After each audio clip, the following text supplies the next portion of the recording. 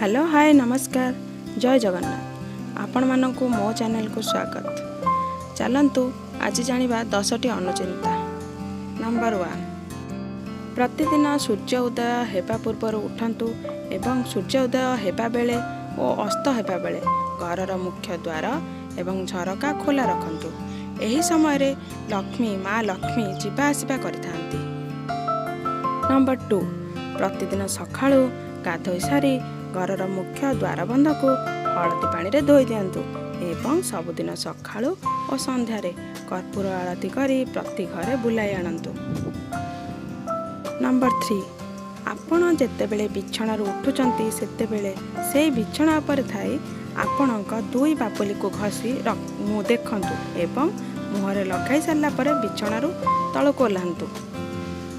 एपरि करिबा द्वारा आपणकर दिनटी आपणकर निज अनुसार ही कटि थाए। नंबर 4, राति रे सोइबा पूर्वरु रोसई घरे बाल्टी रे पानी भर्ती करी सुअंतु। बाल्टी फांका रखंतु नाही एवं बाथरूम रे मध्य बाल्टी फुल करी पानी रखंतु। एमिति करिबा द्वारा आपणकु करजर मुक्ति मिली थाए, घरे अर्थर संकट आसी न थाए। नंबर 5, प्रत्येक दिन सकाळू पक्षी बा चढ़ई मानंकु दाना खाइबाकु दियंतु एवं आपणकर तैयारी हेउथबा प्रथम रुटीटी को गाय को खाइबाकु दियंतु। जदि गाय न मिलुची तेबे कुकुर को खाइबाकु दियंतु।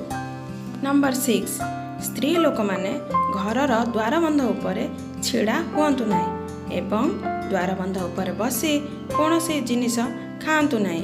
एहा करिबा द्वारा घरु लक्ष्मी छाड़ी जाइथांती।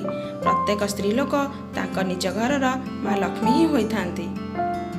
नंबर 7, सूर्यास्त समय रे काहारी को क्षीर दही एवं पैसा उधार दियंतु नाही। एमिति कले घरे दरिद्रता बढ़ी थाए एवं आर्थिक संकट देखा दिए। नंबर 8, घरे भांगी जाइतिबा कोनोसी इलेक्ट्रिक जिनिस को घरे रखंतु नाही एवं छिंडी जाइतिबा चप्पल जदि भी आपन को भल लागे ताको मध्य साइति रखंतु नाही। चिरा फटा कपड़ा को गंठिली बांधी रखंतु नाही।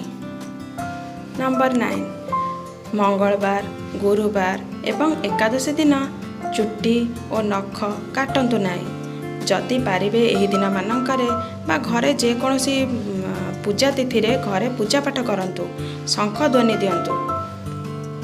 नंबर 10, घरर मुख्य द्वार रे स्वस्तिक चिन्ह तैयारी करंतु।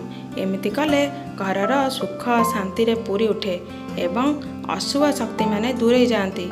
आपण जदि राति रे कोनोसी भूत स्वप्न देखुचंती तेबे एहा आ स्वप्न रे आसे नाही। जदि आपण मो चैनल रे नुआ आछंती तेबे सब्सक्राइब कर दियंतु। जदि एपरी नुआ नुआ वीडियो पाइबाकु चाहूचंती तेबे लाइक शेयर एंड सब्सक्राइब करंतु। वीडियोटी पूरा देखिथिबारु आपण मानकु धन्यवाद।